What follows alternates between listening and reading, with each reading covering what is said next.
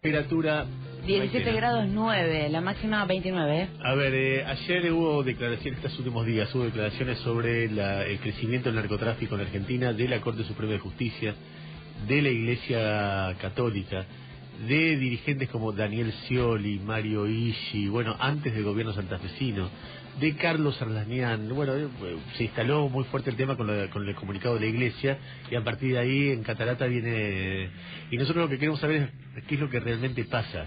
Nosotros podemos presumir desde nuestro lugar de periodista de que tenemos acceso a estudios, a fuentes, etcétera, pero no estamos en el territorio, porque si ustedes me ven acá, me escuchan acá 3 horas por día, después en algún programa de televisión, después escribiendo, y no es que uno va a los barrios, va muy de tanto en tanto. Qué sé yo, la vez pasada hubo un episodio de La Zabaleta que convocó muchísima gente, por ejemplo Ale Berkovich decía, es desesperante, bandas que se enfrentan entre sí, muere un nenito y la gendarmería que no se mete, etcétera, etcétera, etcétera. Fernando Chino Navarro es uno de los líderes del movimiento Evita, que sí tienen mucha inserción barrial, sobre todo en la provincia de Buenos Aires. Chino, ¿cómo te va? Ernesto Tenemos te saluda, ¿cómo andás? Buen día, bien. Nada, queríamos, si vos pudieras graficar o explicarnos qué es lo que pasa en los barrios con la droga. Sería como que, digamos, ¿qué visión tenés? ¿Qué crees que pasa? Primero, esta es una opinión del movimiento Evita, nosotros la estamos procesando. No quiero... No, la tuya, la sensación. Involucrar... No es mía, es del movimiento Evita, porque pienso señalaste.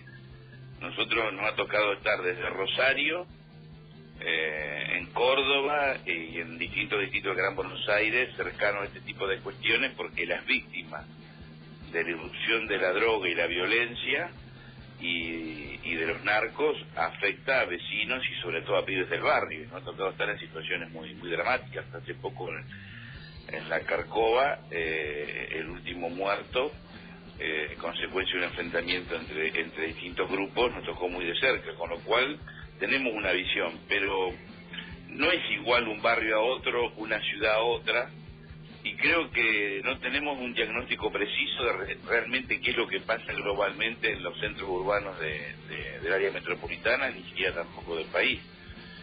Es un fenómeno raro. Hay distritos donde el Paco es la droga más importante, o barrios más que distritos. En otros el Paco a 50 kilómetros no existe, y existe otra droga. Lo que sí vemos como patrón común es el alcohol.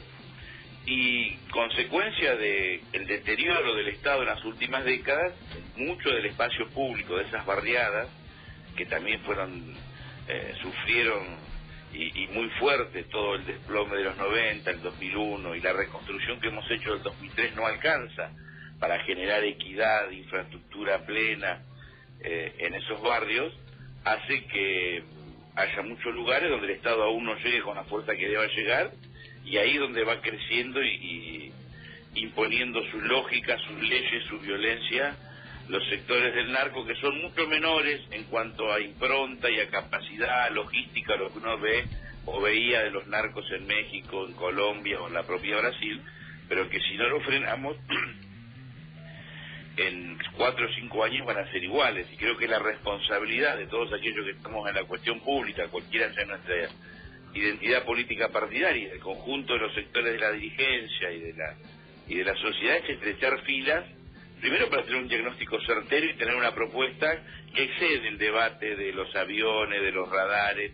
No digo que no haya que tener una tecnología y tener un Estado fuerte en lo que hace el control de las fronteras. Hace un rato nosotros tenemos el problema en nuestra retaguardia, que es en nuestros barrios, y hay un problema de ausencia del Estado, organización, fragmentación social, violencia, y este fenómeno no es local, es regional y mundial, pero bueno, a mí me interesa mi Argentina, y creo que nosotros estamos a tiempo de frenarlo y rechazarlo, pero no podemos perder, no podemos dejar pasar el tiempo, porque si no eso va a jugar en contra nuestro. Vos sabés que hace un rato discutíamos fuera de aire con Alejandro Berkovich, que está acá en la mesa, y él me decía, no discutíamos, pero él me decía, me preocupa mucho la histeria que hay con el tema del narcotráfico, porque es la antesala a un proceso represivo, que en México fue así.